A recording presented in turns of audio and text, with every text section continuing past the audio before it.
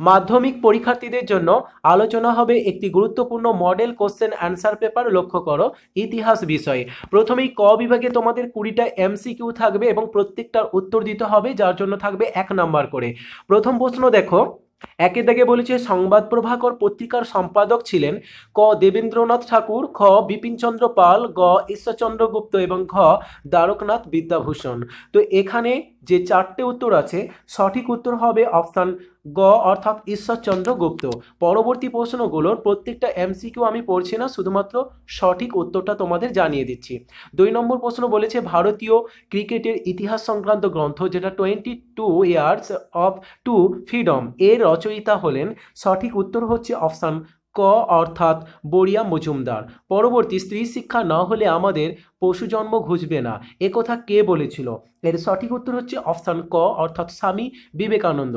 পরের প্রশ্ন পটলডাঙা একাডেমি বর্তমান নাম কি? 4 নম্বর প্রশ্নের সঠিক উত্তর হচ্ছে অপশান ক অর্থাৎ হেয়ার স্কুল।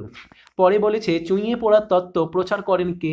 কে এই তত্ত্ব প্রচার করেছিল? অপশান খ অর্থাৎ টমাস ব্যাবিংটন মেকলে। পরে 6 নম্বর প্রশ্ন বলা হয়েছে দুদুমিয়ার প্রধান কার্যালয় ছিল, এখানে সঠিক উত্তর হচ্ছে অপশান ক অর্থাৎ বাহাদুরপুর।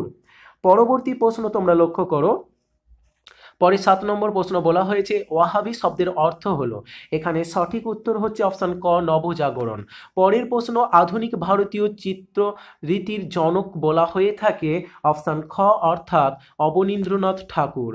পরবর্তী প্রশ্ন ভারতসভার প্রথম সভাপতি ছিলেন, সঠিক উত্তর হচ্ছে তোমাদের গ অর্থাৎ রেভা কৃষ্ণ মোহন বন্দ্যোপাধ্যায়। এরপর বলেছে নাট্যাভিনয় নিয়ন্ত্রণ আইন পাস হয় কত খ্রিস্টাব্দে? সঠিক উত্তর হচ্ছে অপশান গ অর্থাৎ 1876 খ্রিস্টাব্দে। পরে থাকছে যাদবপুর বিশ্ববিদ্যালয় প্রতিষ্ঠা হয় কত সালে? এর সঠিক উত্তর হচ্ছে অপশান ঘ অর্থাৎ 1955 খ্রিস্টাব্দে। পরের প্রশ্ন মুদ্রণ শিল্পের প্রথম উদ্ভব ঘটে, এখানে রাইট আনসার হচ্ছে অপশান খ অর্থাৎ চীনে। এরপর বলেছে তেভাগা আন্দোলন সংগঠিত হয়েছিল, সঠিক উত্তর হচ্ছে অপশান ঘ অর্থাৎ বাংলায়। পরের প্রশ্ন গণবাণী পত্রিকার সম্পাদক ছিল, সঠিক উত্তর হচ্ছে অপশান খ মুজাফফর আহমেদ। এরপর থাকছে খোদাই খিদমতগার তৈরি করেন, কে তৈরি করেছিল? এর উত্তর হচ্ছে অপশান ঘ খান আব্দুল গফফর খান। পরে থাকছে বেঙ্গল ভলেন্টিয়ার্সের প্রতিষ্ঠাতা হলেন কে? এর প্রতিষ্ঠাতা না অপশান খ হেমচন্দ্র ঘোষ। পরের প্রশ্ন জাতীয় কংগ্রেসের প্রথম মহিলা সভানেত্রী ছিলেন, সঠিক উত্তর অপশান ক অর্থাৎ অ্যানি বেসান্ত। এর পরের প্রশ্ন বঙ্গভঙ্গের দিন অরন্ধন প্রস্তাব দেন কে? রাইট আনসার হচ্ছে অপশান ক রামেন্দ্র সুন্দর ত্রিবেদী।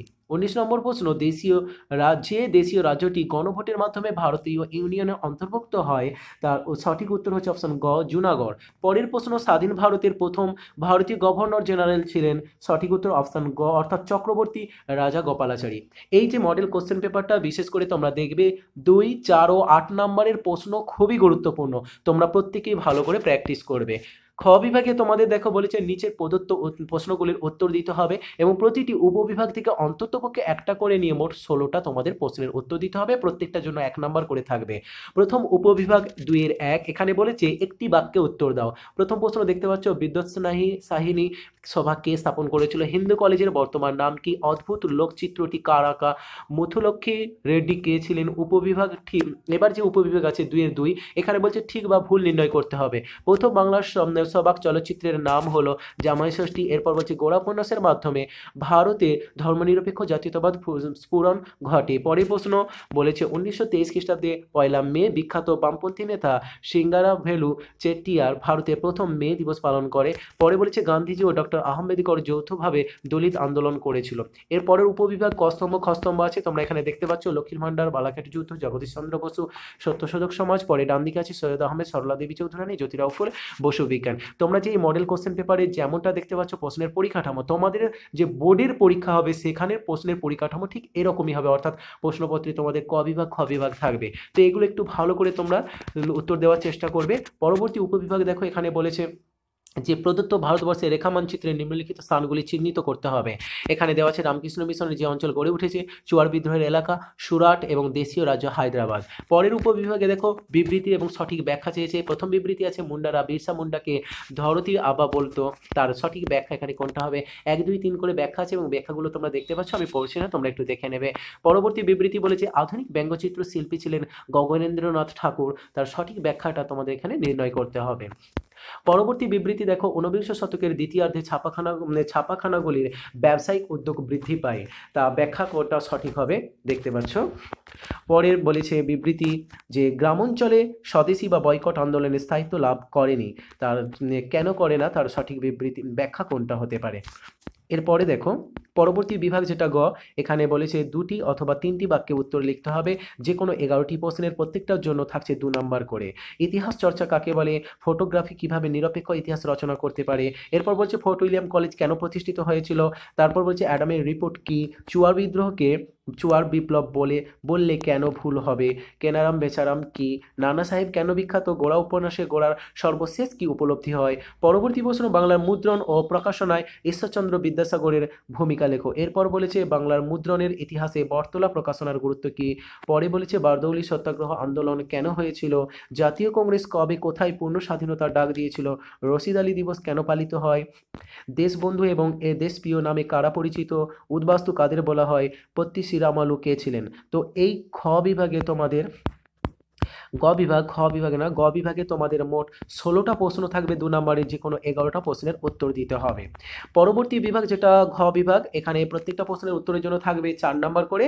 এখানে নির্দেশ হচ্ছে 7টি বা 8টি বাক্যে তোমাদের উত্তর দিতে হবে, যে কোনো 6টা প্রশ্নের উত্তর প্রতিটি বিভাগ থেকে অন্ততপক্ষে একটা করে নিতে হবে। এখানে মোট উপবিভাগ হচ্ছে 4টে, এই উপবিভাগগুলো প্রত্যেকটা উপবিভাগে 2টো করে, তাহলে মোট 8টা প্রশ্ন আছে, কিন্তু প্রত্যেকটা উপবিভাগ থেকে ন্যূনতম একটা করে নিয়ে 6টা প্রশ্নের উত্তর দিতে হবে। প্রথম উপবিভাগে দেখো এখানে কি আছে, হুতুম পেছাড়া নকশা গ্রন্থে 19 শতকের বাংলার কিরূপ সমাজচিত্র পাওয়া যায়। এরপর বলেছে ভারতের পাশ্চাত্য শিক্ষা প্রসারে রামমোহন রায়ের অবদান লেখো। পরের উপবিভাগে নীল বিদ্রোহের প্রতি বাঙালি শিক্ষিত শ্রেণীর মানুষের মনোভাব কেমন ছিল বলে তুমি মনে করো, তা ব্যাখ্যা করো। এই উপবিভাগে আছে মহারানী ঘোষণাপত্রের তাৎপর্য আলোচনা করো। পরবর্তী উপবিভাগ বলেছে বাংলা ছাপাখানার উদ্ভবের ফলাফল বিশ্লেষণ করো। পরে বলেছে টিকা লেখো বসু বিজ্ঞান মন্দির। পরের উপবিভাগে আছে হায়দ্রাবাদ ভারত ভক্তির বাধা কি ছিল। পরে বলেছে দেশভাগ পরবর্তী পাঞ্জাব ও বাংলার উদ্বাস্তু সমস্যার চরিত্রগত পার্থক্য বিশ্লেষণ করো। পরবর্তী বিভাগ তোমরা লক্ষ্য করো, পরবর্তী বিভাগ অর্থাৎ তোমাদের এটা ওয়া বিভাগ। এই বিভাগে তোমাদের বলেছে 15 থেকে 16টি বাক্যে উত্তর দিতে হবে যে কোনো একটা প্রশ্নের, এবং এর উত্তরের জন্য থাকবে 8 নাম্বার। এখানে দেখো প্রথম প্রশ্ন, 19 শতকে বাংলায় নবজাগরণ বলতে কি বোঝো? এই নবজাগরণের সীমাবদ্ধতাগুলি কি ছিল? পরবর্তী প্রশ্ন বলেছে নীল বিদ্রোহের কারণ ও ফলাফল আলোচনা করো। পরের প্রশ্ন বলেছে মানুষ প্রকৃতি ও শিক্ষার সমন্বয় বিষয়ে রবীন্দ্রনাথের চিন্তার সংক্ষিপ্ত পরিচয় দাও। তো এই ওয়া বিভাগ এবং ঘ বিভাগে প্রশ্নগুলো অত্যন্ত গুরুত্বপূর্ণ এবছরের জন্য। এই প্রশ্নগুলোকে তোমরা খুব ভালো করে প্রস্তুতি নেবে। আর যারা ভিডিও দেখছো এইরকম মডেল কোশ্চেন পেপার অন্যান্য বিষয়ের ভিডিও ডেসক্রিপশনে লিঙ্ক পেয়ে যাবে, ওই মডেল কোশ্চেন পেপারগুলো ভালো করে প্রস্তুতি নেবে, এখান থেকে অনেক প্রশ্ন তোমরা পরীক্ষাতে কমন পেয়ে যাবে।